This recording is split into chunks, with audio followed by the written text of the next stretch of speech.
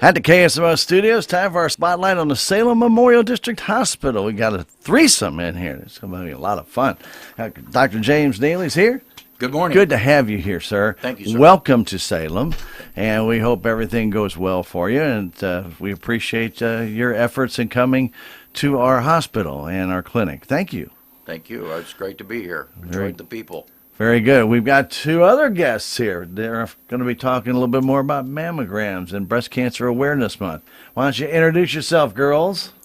I'm Samantha Williams. I'm Morgan Nothouse. All right, very good. Sam and Morgan are here to discuss that. So we'll be talking a little bit about mammograms. First, we're going to talk to Dr. Neely, okay? I don't know if you have appointments today that you need to get out of here for. They cleared the schedule. Okay, very good. That's great. Fantastic. So let's talk a little bit about, obviously, about your history. You have had a diverse background coming to Salem, haven't you? Yes, it'd be interesting to see if you pull all of that out.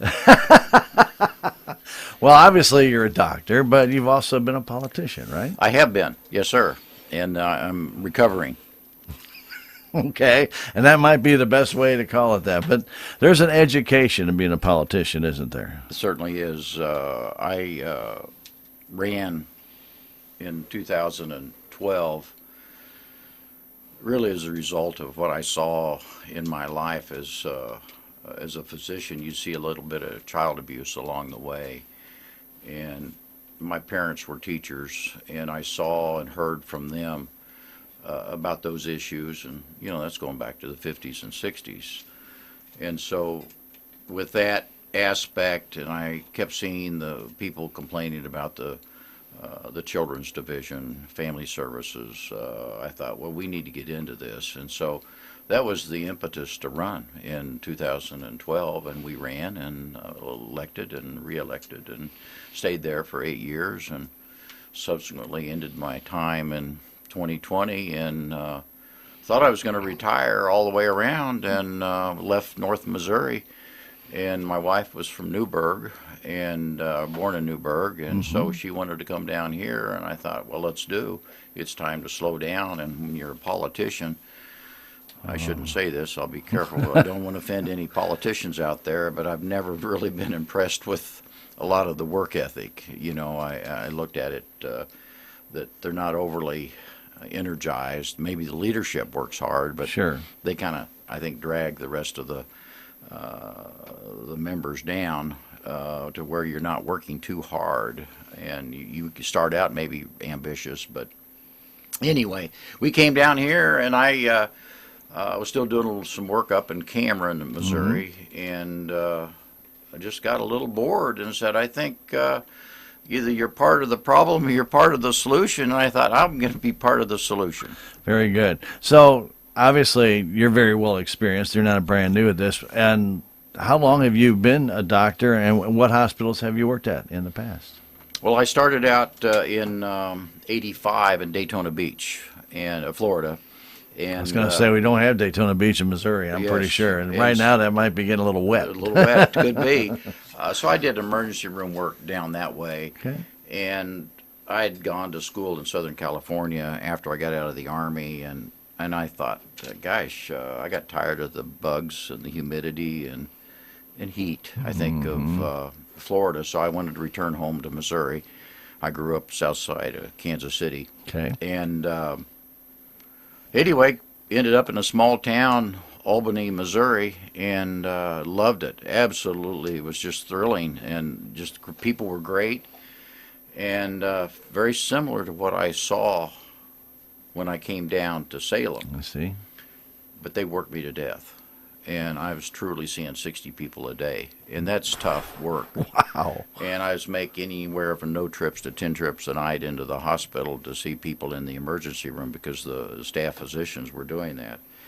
So I left and went to Cameron, Missouri, and been there for the last 30-some years. And with my time in the legislature, it seemed like it was good to maybe slow down. And my wife wanted to come here, so we did. And I looked around, and I truly saw the same happy mindset of many of the people working at the hospital at Salem as I saw up in Albany.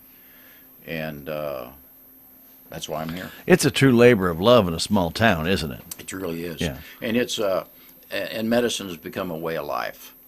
So I'm not one to sit around, but if you have something to give, let's do it. And so that's where my wife is actually my scribe. I was And going to say it's Sandy, right? Sandy, and she's an Uh-huh. RN. And so she actually is excited. And I thought maybe she might be dragging her feet, but she's anxious and she's got something to offer me and I think to the community. So we're happy. You know, when people love their work, and I can tell these two girls are nodding because I know what it is. It's fun to be in your hometown, and it's also fun to feel like a part of a hometown. Because when you do, and I've often said this about Salem Hospital, it's a family atmosphere out there. So even if you're admitted, and I was in the hospital with COVID a couple years back, and everybody that came in, and I really felt bad for them because they had to dress up, and I called a hazmat suit and everything that came in there, and like I didn't know who they were. Well, when you've lived in Salem for 35 years, you know who they are, and they come in and like, you know who I am? I said, I think you're, it was like a guessing game. So they come in, and it wasn't like they were there for 2 minutes doing what they need to do. They're there 15, 20 minutes. They're talking to you. How you doing? Hey, what about this? What about that? How about the football team? What about and it puts you at ease. And when you're at ease as a doctor, you heal much quicker, don't you? Absolutely. And life is about relationships. And that's what I saw here in Salem is that there's people here that are concerned about relationships. And it evokes, it just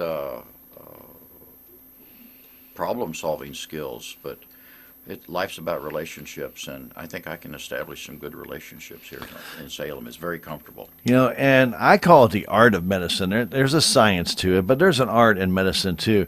The way that doctors communicate with their patients, but it's just as important for the patients to communicate with their doctors. They need to tell their doctors everything. If you have something wrong, or if you feel like something's not right, doesn't necessarily have to be wrong. Tell your doctor. They can't see it because you come in there with a frown on your face, and they'll say, "What's wrong?" "Oh, nothing, doctor." "Well, then why are you here? Why you have that frown on your face?" "Well, it's not really anything." "Well, let me be the judge of that, right?" I mean, really, they need to tell the doctor, because what may not seem like much may be the beginning of something, and if you catch it early on, it might be really easy to take care of. Yes, I stress to all of the people that I've met, communication solves problems. And I stress that, and I want to establish that relationship. That's why I'm here. It's truly, life is about relationships, and so I want to take time to take time. Well, we welcome you. Started September 1st. How are things going over at the clinic? Well, your earlier guest was talking about the computer, and one of the reasons I left up north back, and I was going to retire when the electronic medical records came into place. I wasn't going to do it. It's just I had some eye surgery back in 2003, and the ophthalmologist said, I'm more worried about the computer than I am you. And I found that the same way, is that when that computer work becomes the focus, or insurance companies or bureaucracy becomes the focus, it really detracts from taking care of people. You're right. And I'm old school, and I want to institute or bring that old school mindset to Salem. I'm not too interested in the computer. I mean, although I've improved my computer skills because I want to. You almost have to anymore. But I didn't want to Right. years ago because I was so busy. It takes time to do the computer work, and I think it actually is. I think it's actually an impediment I to was gonna taking say, care of people. a distraction, really, It to what you're is, doing. Yeah. and that's the last thing you want is distractions in anything. But in medicine, when the ophthalmologist said to me, "I'm more worried about the computer," he says, "I hope that doesn't offend you." And I said, "Oh heavens, no! I understand." But that's where we are. We don't need distractions, and some of those mandates aren't too good. And one of the things I hate when I start talking about electronic age is people will go on WebMD and they're going to find out exactly what's wrong with them before they ever show up and see the doctor. And then they get there and they're telling you exactly what they have. 17 different tropical diseases that you can't get unless you're way overseas. But they're coming in with all the symptoms. And it just amazes me. I said, why don't you go and talk to your physician, but really talk to them, because a lot of times people will just come in, they don't give you all the details. Maybe they got injured doing something, maybe they fell down the steps, twisted, maybe just tweaked something, they don't really think too much about it, and then all of a sudden it starts to hurt. They really need to kind of go back and say, I did this a couple of weeks ago, and my knee's been kind of acting up ever since. That's the kind of information you need. Then you say, well, where does it hurt? Outside, inside? That's where you can start to generate those questions to get that communication line open, isn't it? You nailed it. Yes, sir. It's all about communication, and the more you know the person that you're communicating with, the better things are. So we have these wonderful people here from radiology, and I enjoy going over to the radiology department and seeing their work. We talk about, I had a little person in a week or 2 weeks ago, I think it was, had a little buccal fracture. And I wanted to go over and see the x-ray, even though I could see it on the computer. Sure. I wanted to go over and see right there. And then you're interacting with the staff and building relationships. And once again, life is about relationships. And so I will make that basic part of who I am is about relationships and solving problems. And one of the things, Doctor, and I take this when I talk to Dr. Al, and Dr. Al took care of me when I was in the hospital. One of the things in our conversations with him when I talk about men's health and things of that nature is people need to find the cause, the root problem of what is causing their issue. So many times, and there's so many out there that just will give you a prescription to just take this to take care of the pain or take care of the issue. Oh, I'm cramping up. I need something. Well, just take this. It'll take care of that problem. Why are you cramping up? They're not asking the right questions. If they're talking to you and a doctor and you don't understand what the doctor's telling you, or you've got questions for the doctor, ask the doctor. Don't walk out the door and then get 15 cars away and say, I should have asked him this or I should have asked her that. While you're there, take your time. That's what they're there for, and discuss it. Is there something if you have the question, is there something I can do that will take care of this better? Should I change my diet? Should I exercise more? Or should I do something different? That's when they need to bring it to the doctor's attention. Say yes, and then you can make recommendations or send them to a dietitian or wherever it needs to go. Exactly. Every person that comes in, I always ask them at the end, I said, do you have any questions, comments, or complaints? And look them in the eye and said, I want to solve that. Don't want you walking out the door with any concerns. And so once again, it's about that relationships and communication solves problems. So that's where I come from. It's old school maybe. I don't set time limits on office visits, whatever we need to do to address anyone's concerns. And the experience you've gotten, obviously Albany gave you a great experience seeing all those patients. That's one type of way of doing work as a doctor. But as you've grown older and you took more time, just like you're saying now, you're not in that rush anymore. You want to make sure that you take care of the patient fully. I'm sure back in your Albany days, you probably got rushed a little bit because you were learning, and you're learning.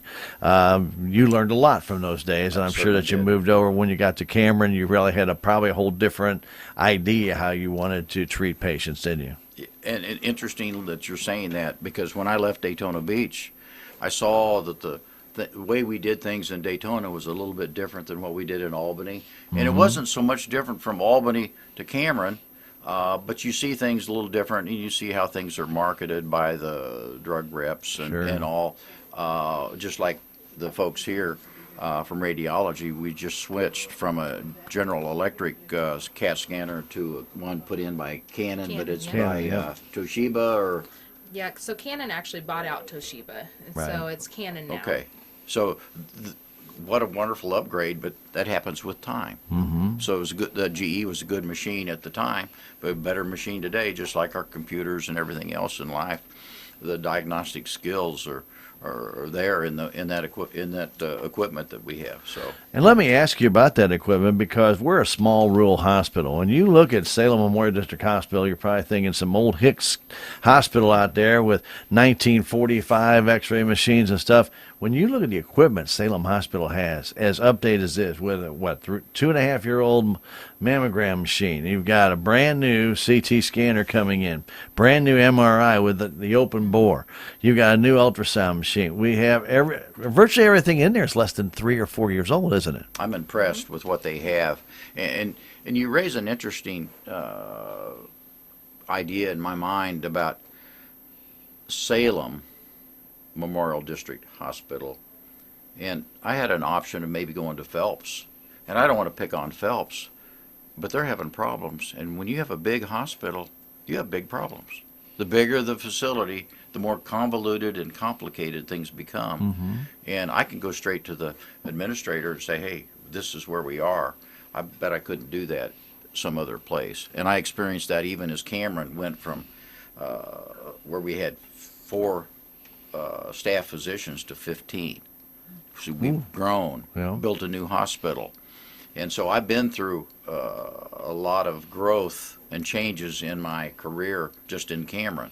But see how things are done along the way, the path. And, of course, I've seen a little bit about government, too. And we need to maybe turn down that dial a little bit on government, but maybe that's my political perspective. Well, it might be, but somehow government and even hospitalization, and you were talking about insurances, all this stuff starts getting crazy. You start talking about Medicaid, you start talking about Medicare, and it's all related, unfortunately, and then the limitations that they put upon you.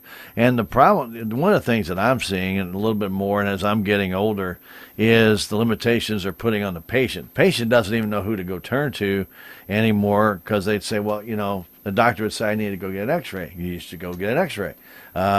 If you needed to go get a CAT scan, you went and got a CAT scan. It was just the way it was. The doctor ordered it, and you went and got it. It was not this, you need to be pre-approved, you need to have this, you need to have that. Why are you getting it? Why are you getting the other leg if you did the left leg? Well, probably because I got problems in both of my knees. I got to do both, but they ask so many questions to find a way to deny you rather than to treat you. And I find that very disturbing. Yes. One of the things I thought was very interesting when I arrived here was that they have a person dedicated to prior authorizations. And I think that's very proactive on someone's part, the board or the administration, to solve those problems, because you need to get good at dealing with the approval process. Oh, yes. And so the more you deal with that, the better you can maneuver those hurdles. So I was impressed with that. And that prior authorization, that makes people want to quit. Mm-hmm. And so once again, how do we streamline, make it all better for all involved? And we got to deal with those bumps in the road. So. Right, because some of those prior authorizations actually got left to the patient to do, and they do not know how to explain to an insurance company what they're doing. So they said, well, I've got this order from the doctor, and I said they required prior authorization. Well, what's that for? What's the code number? I don't have a code number. I don't have how to do this. Well, you'll have to go back to your doctor and get the code number and call us back. It is crazy, and I just thought years ago, that wasn't the case. Always everybody was working together to get to the bottom of the problem, and let's get the diagnosis right instead of putting us off and waiting. And I thought, this has just gotten crazy. Kind of what I had to do when I got my colonoscopy. Just to get that, I had to get prior approval, and then they had me scheduled over at Phelps Health. I said, I wanted at Salem Hospital. Well, no, you've got to go over there for this. And I said, no, I don't have to go over there for anything. I want it at Salem Hospital. I still had to go to Phelps Health to go through a pre-colonoscopy colonoscopy screening, even though I've already had one, and they made me pay that $200 some odd for that office visit, in which you talked about your computer going down. Their computer went down twice in my interview, scrapped everything. I had to do it 3 times. I was there 2 hours for Dr. Bond to come in and start talking to me. And I said, I've already had this done. You don't need to tell me what the risks are. Oh, okay. $200 out of my pocket for that. He goes, well, I had this intern here, and I thought he should see how the process works. I said, the process is nothing. I don't want to have it here. I want it in Salem. Well, you have to go to Dr. Voigt. I said, I already know that. I've already been asking. You fight to get what you want done the right way. Don't just, as you say, give up. Unfortunately, it's easy to give up. But if you give up, you're not going to get the treatment you want. So I got my colonoscopy done in Salem with Dr. Voigt the way it's supposed to be done. And that way I didn't have to have somebody waiting in a parking lot for 7.5 hours. That was crazy. Excellent. Good. But you fight for what you want. Fight for your doctors.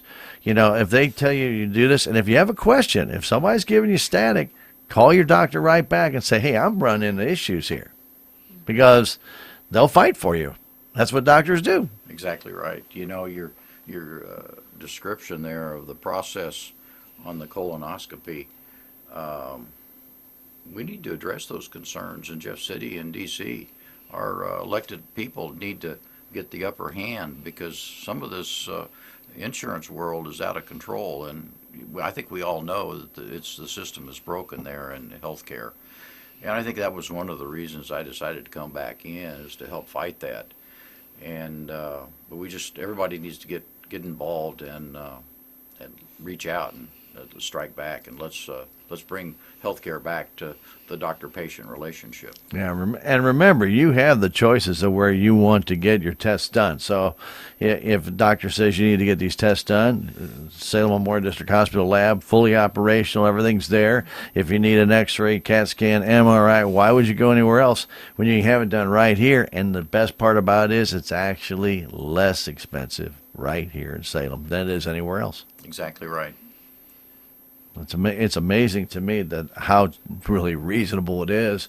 Go to St. Louis and try and get an MRI and an open bore and see how much that's going to cost you. If you think that's high. Yeah, you haven't seen high yet. Go to Barnes Hospital and find out. When we lose that close relationship, then you become a little suspicious, I think, of what's going on. And I think that's one of the advantages of doing things locally. I do too. And you tend to give up. I think the COVID problem brought to light how it's important to have good relationships with your healthcare providers. And, if you get too spread out, it's convoluted and it's not healthy. Yeah, I agree with you. Doctor, really thank you for coming in. And if you would be a little patient, I'm going to talk to the girls now. Wonderful people. Great department. Sam and Morgan are here. All right, let's talk a little bit about, obviously, the ladies. First off, you might tell us what you do in radiology. Are you both working doing this with mammograms only, or how's it working? I do a little bit of everything. A little bit of everything. Sam, you're just a jack of all trades, Pretty huh? much. I really came there to do ultrasound. I've been doing ultrasound about 5 years. When I came back from maternity leave this year, it's when I really stepped into mammo. And I've been doing it probably since March. And then do a little bit of CT and, of course, X-ray. Okay, so you're getting the whole full gambit. You can pretty well take care of everything. Morgan, you same way? Yep, I can. I don't do ultrasound, but I do. What? No. I do X-ray, CT, and mammo. Okay, so very good. So we're talking, though, today specifically about mammograms. Reason being is Breast Cancer Awareness Month is October. Mm-hmm. We're pretty close to October, according to my calendar. And so we definitely want to make sure that the women of Dent County know that this is an opportunity for them to get in and take advantage of this opportunity that Salem Hospital offers, and they have a special that they do every October, and you might be able to get that mammogram for absolutely nothing, right? Absolutely. Correct. You want to tell us about that program? In the month of October, we're giving away 25 free mammograms for women 40 and over in Dent County that don't have insurance. So if you don't have insurance, come see us. Okay, so 40 and over. So All right. So how do they sign up for this, or who do they need to call? They call out to the hospital, to the radiology department, and they'll ask for me or Sam. All right. And we'll just get them set up and get them scheduled. Okay. So what information do they need to have when they call?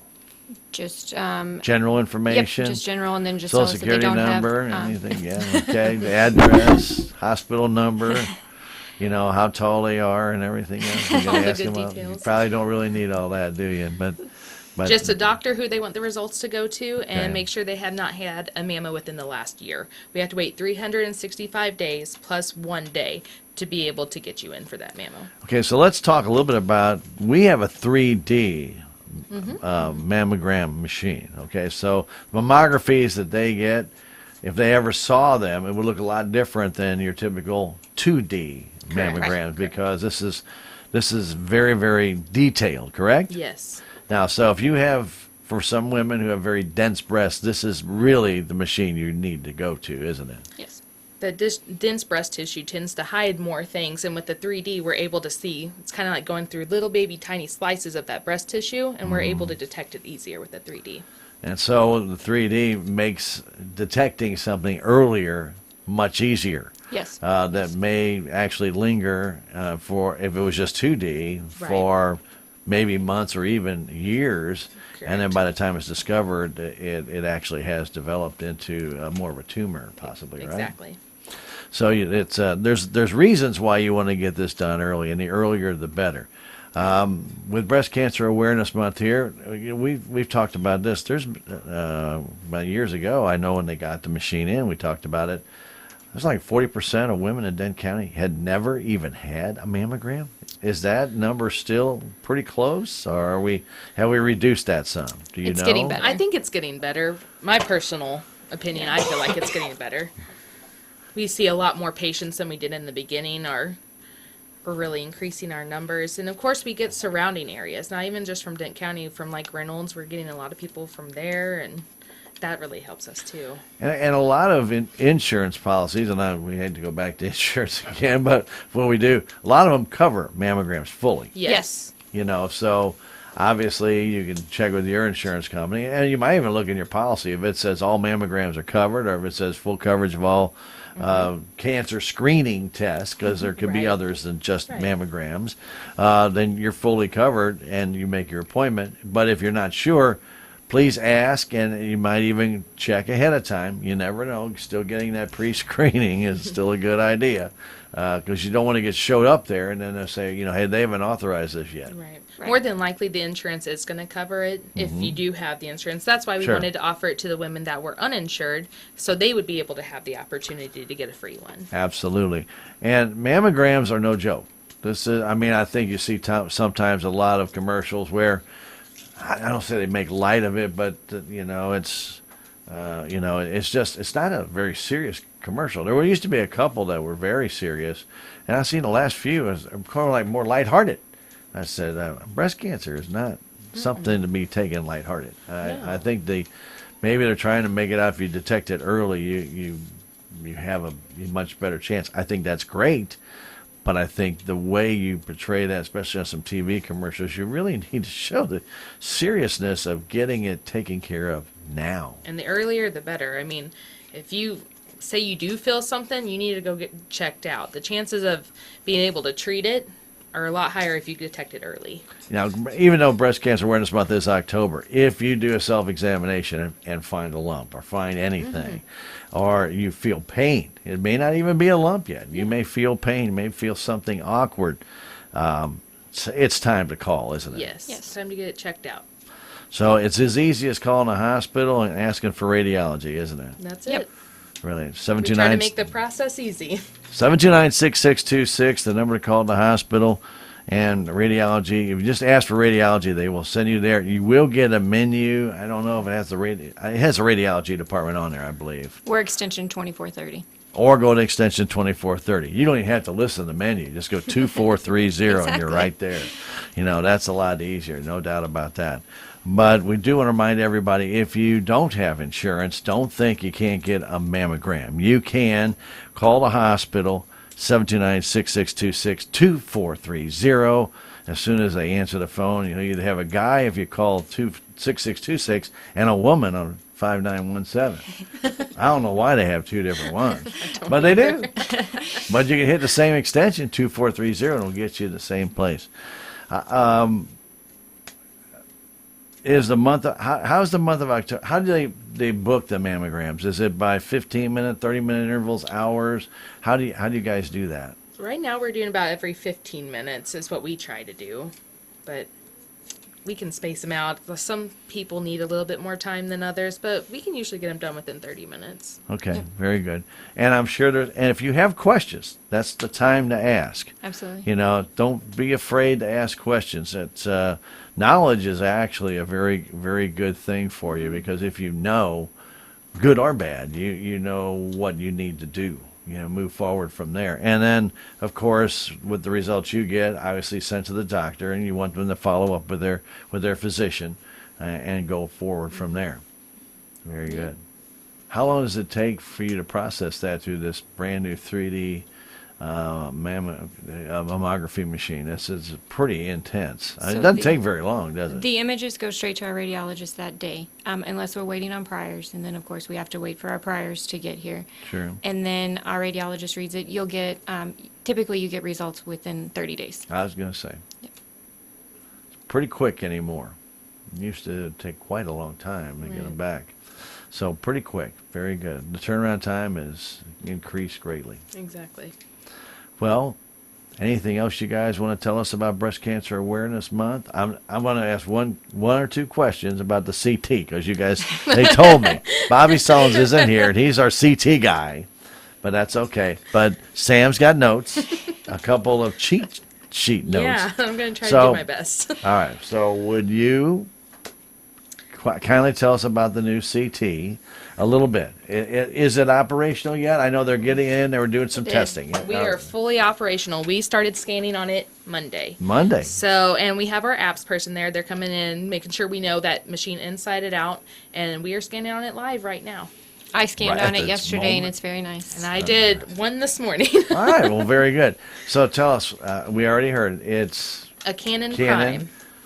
Prime. basically Canon to Toshiba, now the same thing. Exactly. Right? Okay, so go ahead. And then one of the biggest things about it is we do have the biggest aperture.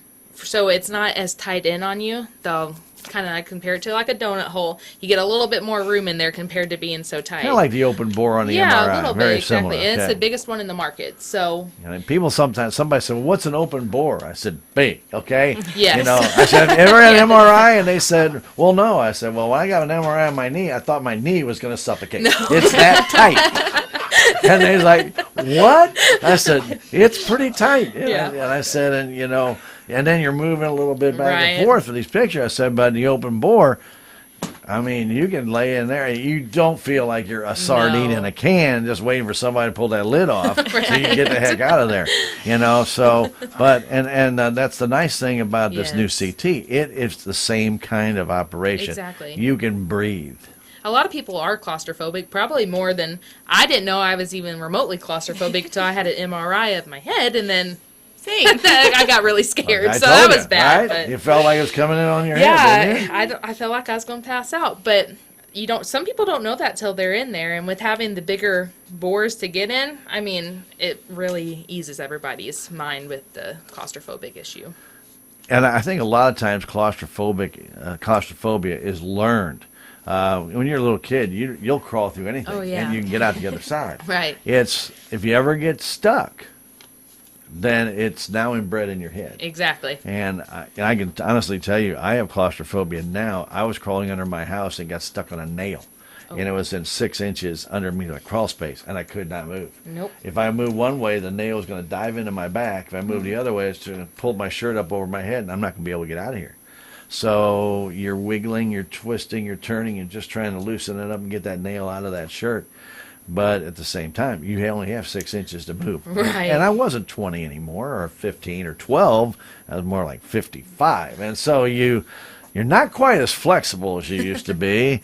But anyway, I got out of it. But it is a scary situation. And then next time you feel compressed, Right. you remember it. I mean, it just snaps back in. It's just a little bit. I really don't want to go in that tight quarter. So open bore is great for the MRI, and the bigger aperture, as you're talking about, allows you in that CT to feel a little less inhibited when you're in there. Right.